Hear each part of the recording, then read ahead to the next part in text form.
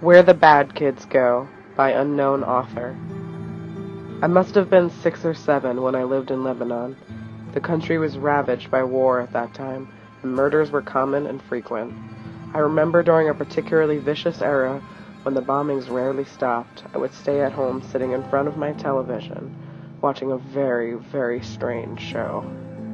It was a kids' show that lasted about 30 minutes and contained strange and sinister images. To this day, I believe it was a thinly veiled attempt on the part of the media to use scare tactics to keep kids in place, because the moral of every episode revolved around very uptight ideologies. Stuff like, bad kids stay up late, bad kids have their hands under their covers when they sleep, and bad kids steal food from the fridge at night. It was very weird, and in Arabic to top it off. I didn't understand much of it, but for the most part, the images were very graphic and comprehensive. The thing that stuck with me the most, however, was the closing scene. It remained much the same in every episode. The camera would zoom in on an old, rusted, closed door, but as it got closer to the door, strange and sometimes even agonizing screams would become more audible. It was extremely frightening, especially for children's programming. Then a text would appear on the screen in Arabic reading, "That's where the bad kids go." Eventually, the image and the sound would fade out, and that would be the end of the episode. About 15 or 16 years later, I became a journalistic photographer. The show had been in my mind all my life, popping up in my thoughts sporadically.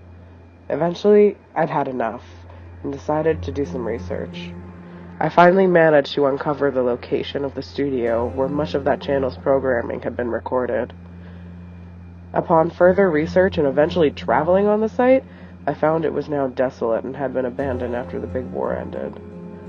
I entered the building with my camera. It was burnt out from the inside. Either a fire had broken out or someone had wanted to incinerate all of the wooden furniture. After a few hours of cautiously making my way into the studio and snapping pictures, I found an isolated, out-of-the-way room. After having to break through a few old locks and managing to break the heavy door open, I remained frozen in the doorway for several long minutes. Traces of blood, feces, and tiny bone fragments lay scattered across the floor. It was a small room and an extremely morbid scene.